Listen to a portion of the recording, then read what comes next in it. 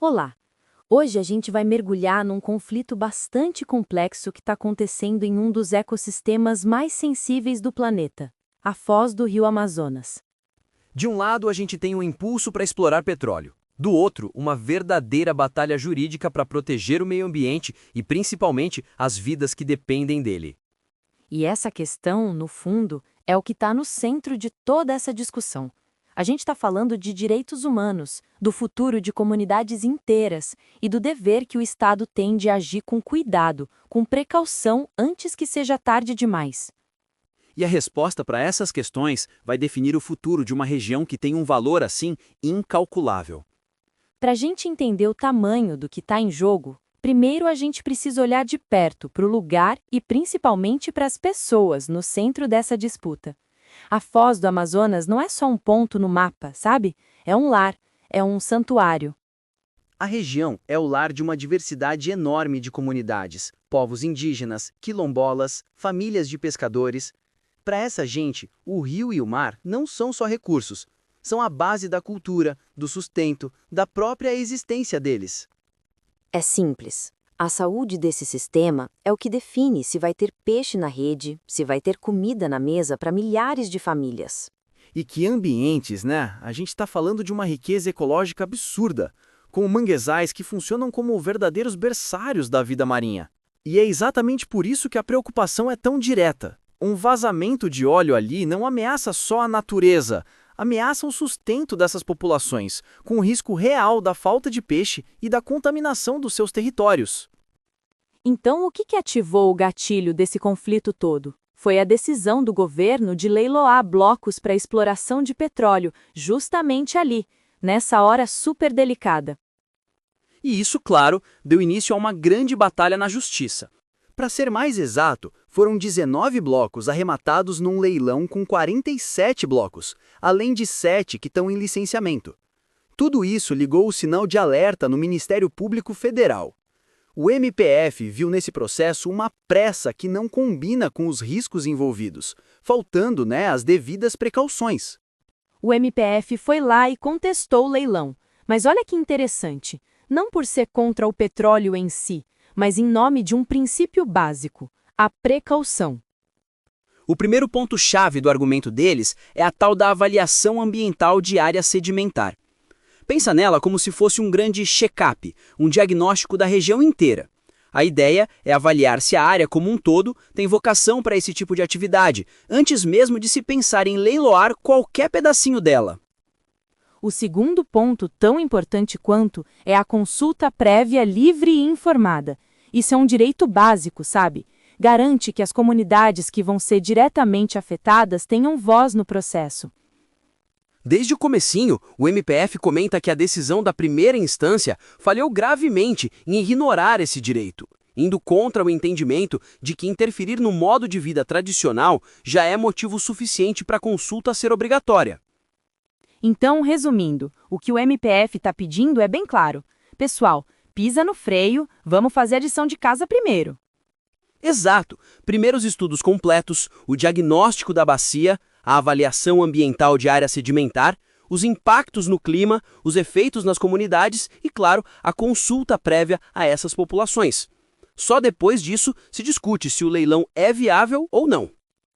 O MPF está exigindo que seja feito o estudo de impacto climático, de cunho estratégico. Esse estudo funciona como uma análise de abrangência regional, essencial para mapear as projeções macro de emissões cumulativas e de gases de efeito estufa.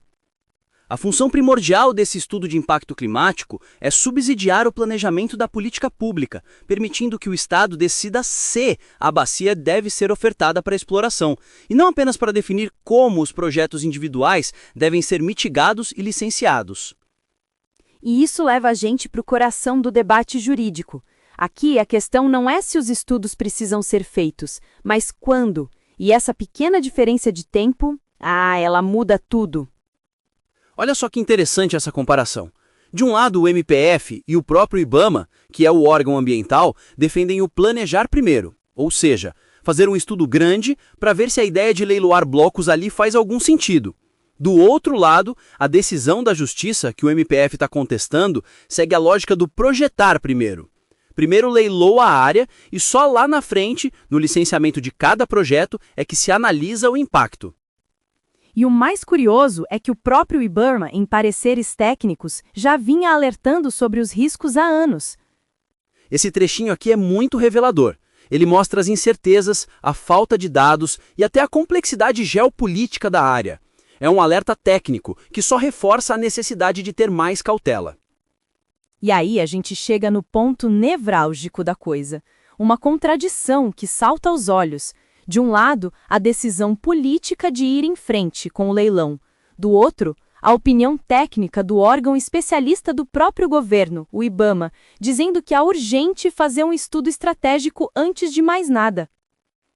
Bom, quem defende o leilão costuma se basear em decisões anteriores do Supremo, mas o MPF está argumentando que, peraí, a Foz do Amazonas é um caso completamente à parte, que precisa de um outro olhar. É importante entender isso. A defesa do leilão se apoiou em decisões anteriores do Supremo, que validaram outros leilões sem a avaliação ambiental de área sedimentar. O MPF não está dizendo que essas decisões estavam erradas.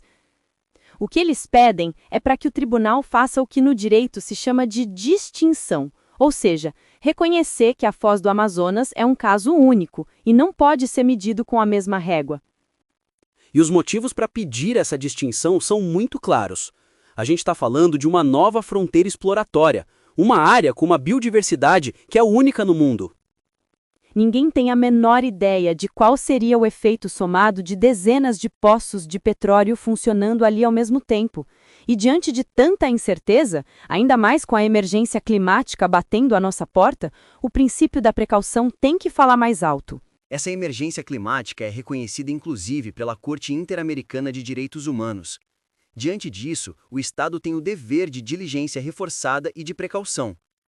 Portanto, ignorar a necessidade desses estudos prévios em uma área tão crítica é colocar o país em risco de ser responsabilizado internacionalmente por não agir de acordo com esses princípios. E para fechar esse raciocínio, essa citação da presidência do IBAMA é muito poderosa. Ela diz, com outras palavras, que sair licenciando um bloquinho de cada vez no escuro, sem ter um mapa geral que a avaliação ambiental de área sedimentar daria, é tecnicamente complicado e muito arriscado. Isso mostra perfeitamente a necessidade de planejar antes. E aqui vale deixar uma coisa bem clara, para não ter mal entendido. A ação do MPF não é para proibir a exploração de petróleo para sempre. É um pedido de pausa. Sim, simplesmente uma pausa para que os estudos necessários sejam feitos, as comunidades sejam ouvidas e a decisão final seja baseada em dados, em ciência e não em achismo. E com isso a gente volta àquela pergunta lá do começo, mas agora com muito mais bagagem, né? No final das contas, esse caso nos obriga a pensar, num planeta em crise climática, vale a pena apostar na incerteza, arriscando o meio ambiente e as pessoas que dependem dele? A resposta que for dada a essa pergunta vai definir não só o futuro da Foz do Amazonas, mas o tipo de futuro que a gente está construindo para todo mundo.